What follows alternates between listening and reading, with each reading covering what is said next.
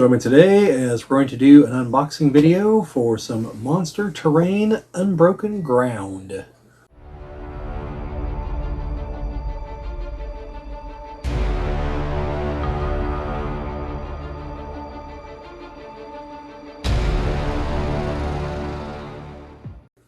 This is the Geek Cabal channel. My name is Bobby, and today we're going to be doing an unboxing video. This is for the Monster Scenery. I said Monster Terrain in the opening. It's Monster Scenery from Monster Fight Club, and this is the Unbroken Ground set. This is some of their earlier stuff. Their last Kickstarter, as far as like fantasy type terrain, was more winter themed, and I have a whole boatload of that stuff that we're going to go through at some point. We're going to see if this works out here in this very cluttered room here in my house, but it's the only one that has decent lighting, so here goes nothing. So this is from, like I said, Monster Fight Club. They also make trees and bushes and a bunch of other things, and we're going to be doing a tree unboxing video right after this one, so it'll be showing up very shortly here on the channel after this one, so we'll just see how long that takes. But we're going to go into the Unbroken Ground, which is, hopefully you can see there, is, you know, some stumps and rocks and things like that. So let's open this guy up and see what we've got.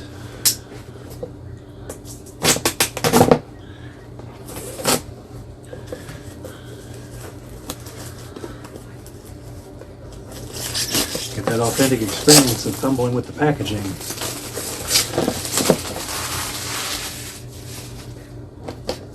Okay, so first I should note that the box is actually a pretty good box and opens pretty easily. And let's see what we have. We have all of our rocks, which we'll open up and check out here in a moment. We have a couple of, there's two of them. These are pads for ground. These look like some stones here, and kind of like some broken dirt there. And then, it looks like it's basically just another copy of the same one here. So, and these are like mouse pad kind of material. They make maps out of this stuff right now. Unfortunately, I can't think of the name right off the top of my head. Neoprene, sorry. And then we have some trees, which we're going to check out. And it's really all we've got in here. But like I said, it's a nice box. It's easy to open, hold stuff.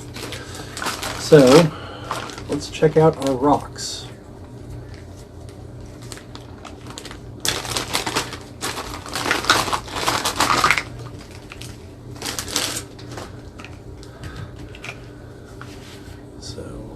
See if I can get them all in the shot here.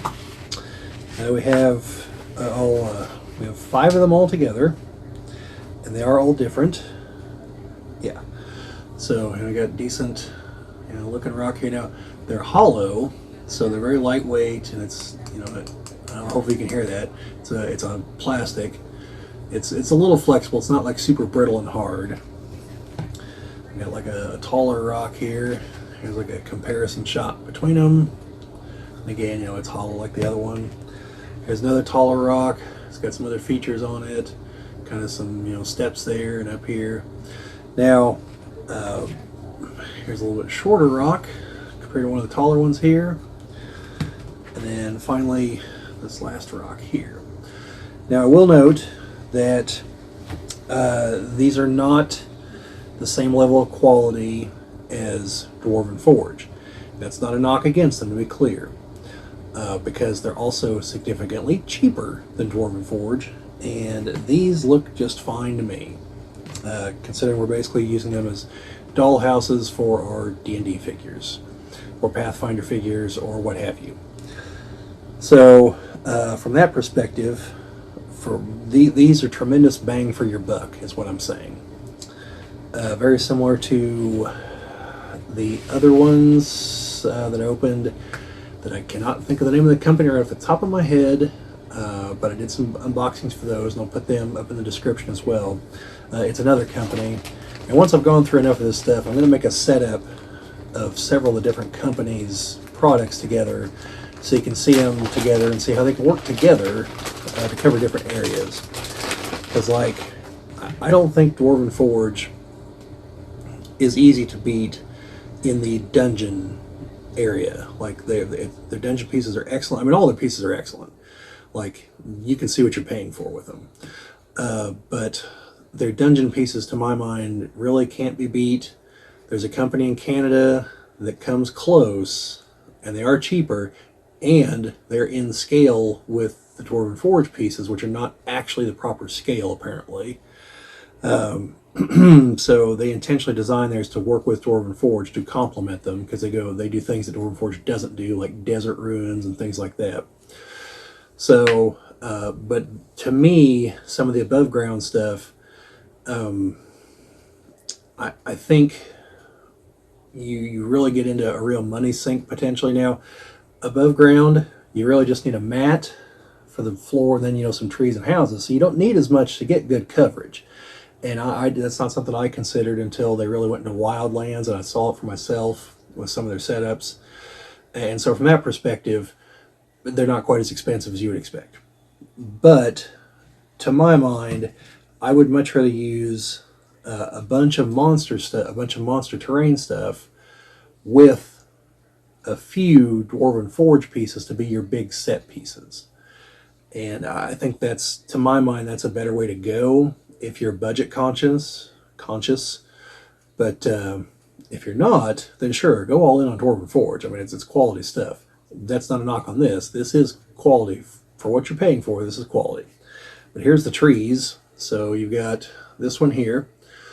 It's your tall tree, and it's kind of hollow there on the backside. Then you have this, which hopefully you can tell is a fallen tree with a stump.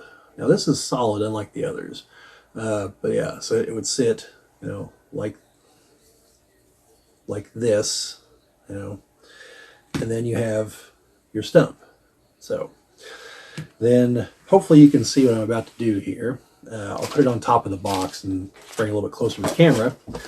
But general idea, you use your neoprene mat here, then put your stuff like this, and now you've got your setup, and then you put it on top of your map or whatever. Now, again, as a comparison to Dwarven Forge, these pieces do not have a grid pattern built into them. The Dwarven Forge, rocks, anything that's ground has a grid pattern. It's hidden in the crevices and everything. You've got to look for it, but it is there. And so that is one thing these have going against them, but they're probably not sized terribly to be able to figure it out, especially if they're sitting on a grid map.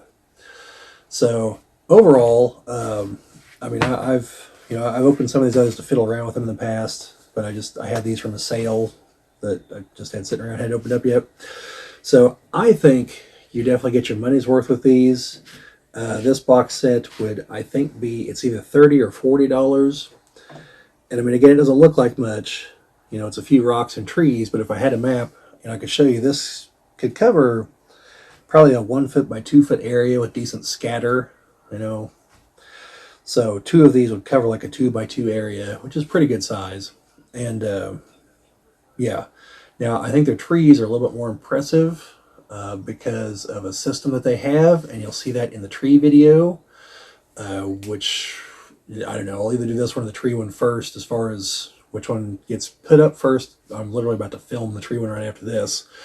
They have a system for those, which to me makes them far more versatile than the Dwarven Forge products, which again isn't a knock on Dwarven Forge. I love their stuff. I have some ungodly amount of it.